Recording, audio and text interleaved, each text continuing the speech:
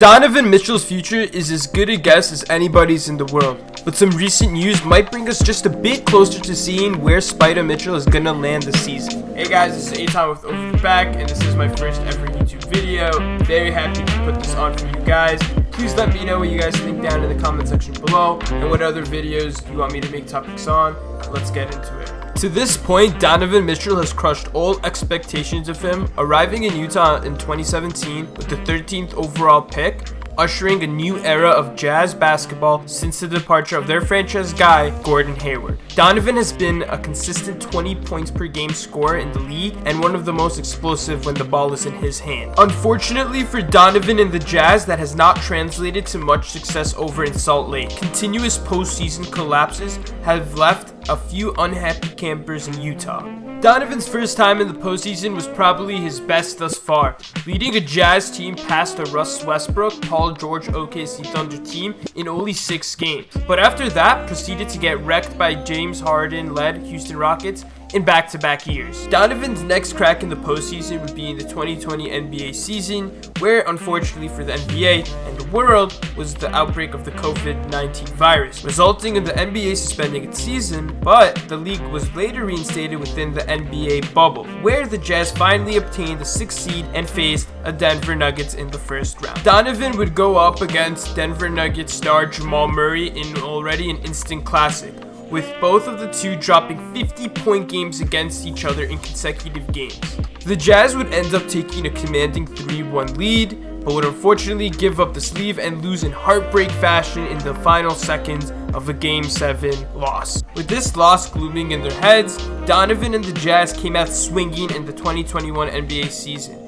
becoming the best record in the NBA. Unfortunately, we all know how this story goes down, and the Jazz would end up in heartbreak, as after they dispatched of the Memphis Grizzlies in the first round in 5 games, Utah would advance to play the Los Angeles Clippers in the conference semifinals, where in Game 1, Mitchell would go on to score 45 points in a 112-109 victory. He followed that performance with 37-point outing in Game 2, as Utah topped the Clippers again to a 2-0 series lead. Again, Mitchell saw his team with a big lead in the series, and as the story repeats itself, would go on to be eliminated in 4 straight games to a loss to the Clippers team. The following year would prove to be the nail in the coffin for Mitchell and the Jazz, as the Utah Jazz would be matched up against Dallas Mavericks, who would ultimately get the better of Donovan and the Jazz in only 6 games, despite missing their superstar Luka Doncic for the beginning of the series. With this utter failure of a collapse in the playoffs yet again for this Jazz team, the front office and the players knew what was to come. And not long after free agency opened up, the Utah Jazz had sent off their Defensive Player of the Year, Rudy Gobert, for the Minnesota Timberwolves for what, if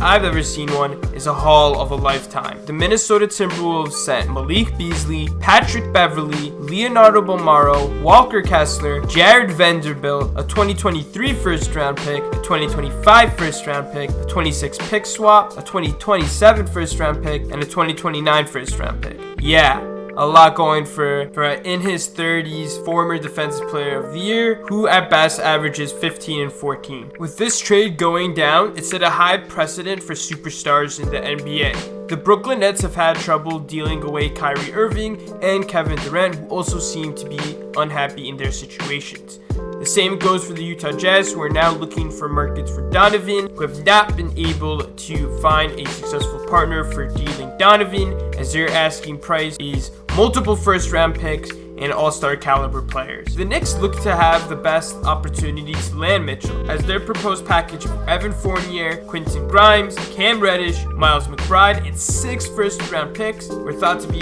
able to get it done, but alas, did not seem to satisfy Danny Ainge and the Utah Jazz front office. With the Knicks not looking to make anything happen, there is reportedly a decent chance that the Los Angeles Lakers could emerge as a 3rd team in the Donovan Mitchell trade, according to NBA reporter Mark Stein. Per that report, the 2 future first-round picks that the Lakers possess in 2027 and 2029 are the kind of top-shelf draft picks that the Jazz CEO Danny Ainge is believed to covet. Russell Westbrook's $47 million expiring contract, and those picks could be the Lakers' entry to a potential 3-team swap, depending on the players that would land in Los Angeles. Per Stein, the Lakers' stance on giving up their 2 future first-round picks is that they will only do so if the deal makes them a certified contender, and he questioned whether a deal that netted them players like Bojan Bogdanovic and Evan Fournier would meet that threshold. Getting involved in any Mitchell deal would potentially make sense. The Jazz have a number of veteran players like Bogdanovic, Mike Conley, Jordan Clarkson, Malik Beasley, and Rudy Gay who would make more sense as role players on a contending team like the Lakers than they would be for a rebuilding team like the Jazz. Utah already traded Rudy Gobert to the Minnesota Timberwolves this offseason. Trading Mitchell would signal a full-blown bottoming out of the roster around young players and draft picks. The question for the Lakers is whether better deals will emerge than involving themselves in a 3-team trade with the Jazz and New York Knicks, or whatever team eventually lands Mitchell. So, after 5 years in Utah, is the Donovan Mitchell chapter over? Let me know what you guys think down in the comment section below. Again, thank you for making it to the end of this video. Check out my socials down in the description below, and have a great day. Peace.